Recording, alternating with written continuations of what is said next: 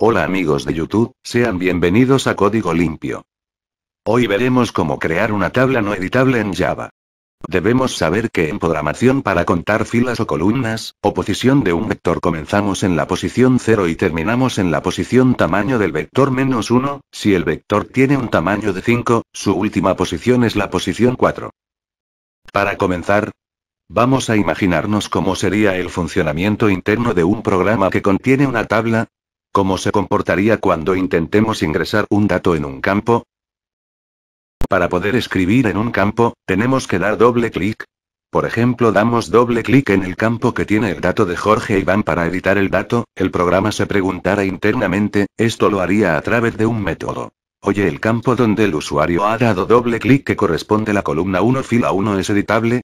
El método devuelve verdadero o falso. Si devuelve verdadero es como si le respondiera si oye es editable, puede escribir, entonces le permitirá al usuario ingresar datos en ese campo, y si no, como si respondiera no, no es editable, no puede escribir, por ende no le permitirá al usuario ingresar ningún dato en ese campo.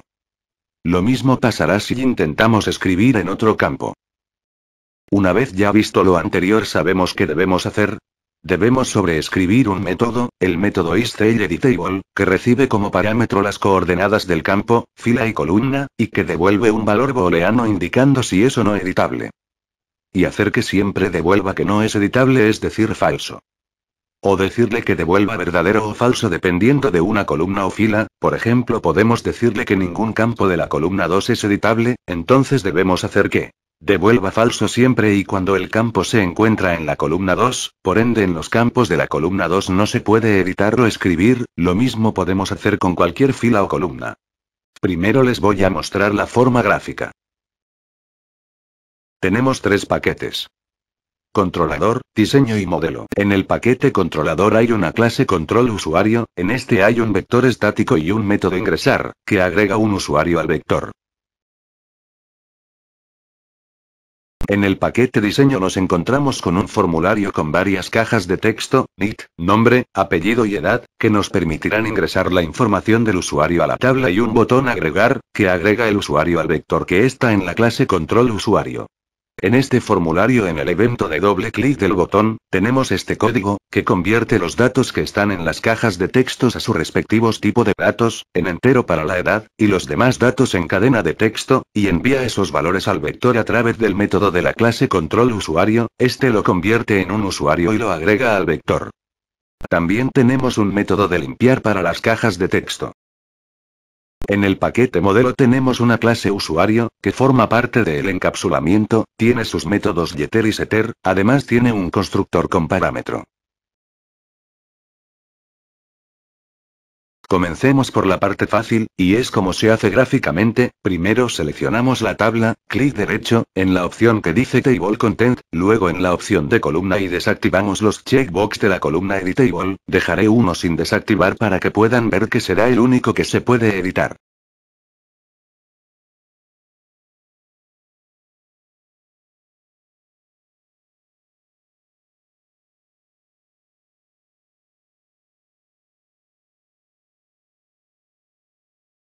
Como lo pueden apreciar ustedes, no podemos editar ninguna columna de las cuales desactivamos el checkbox, pero la última columna sí es editable, porque dejamos activado el checkbox. Volveré a activar los checkbox y les mostraré dos formas de hacerlo por código, las dos formas que considero les puede servir. La primera debe ser llenada primero la tabla y la segunda es antes de llenarla. Existen muchas formas, y incluso puedes crear tu propia forma combinando estas dos formas que te voy a enseñar. Para que este método funcione, primero se debe llenar la tabla. Creamos un método que sea público y que no devuelva nada, es decir, void.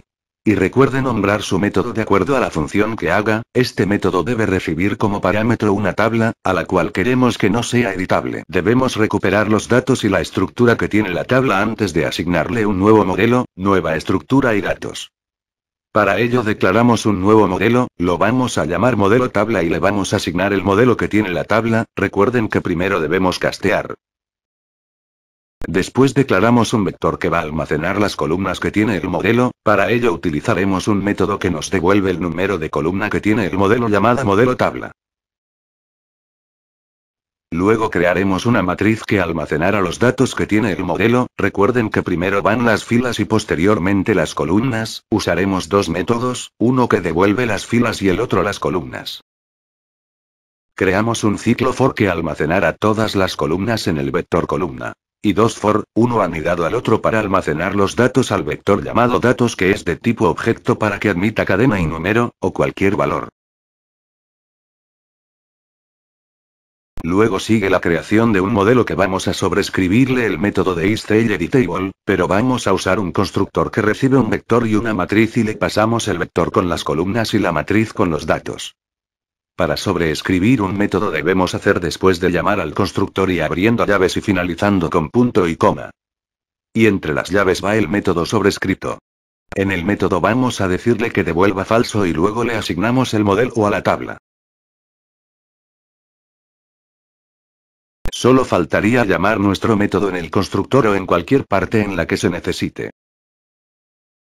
Métodos serán muy útil cuando necesitemos llenar una tabla y conseguir que la información no sea editable. Para ello lo primero que debemos hacer es crear un modelo y sobreescribir el método isTableEditable para que no se puede editar la información, es decir, que siempre retorne falso.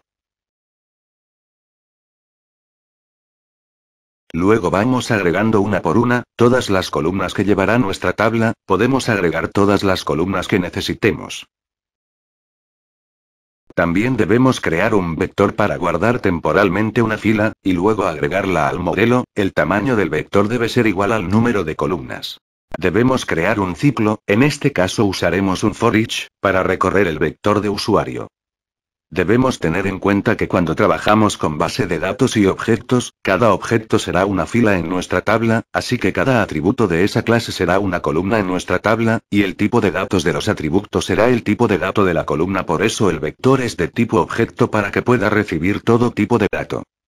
Dentro del ciclo lo que hacemos es pasar ese objeto a una fila, por ende cada atributo será un campo en nuestra tabla, y cada usuario del vector una fila.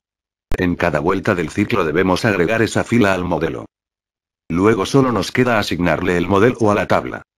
Recuerden llamar al método que creamos en el constructor del formulario, o en un método de insertar o actualizar para que refresque la tabla, o en cualquier parte que lo necesitéis.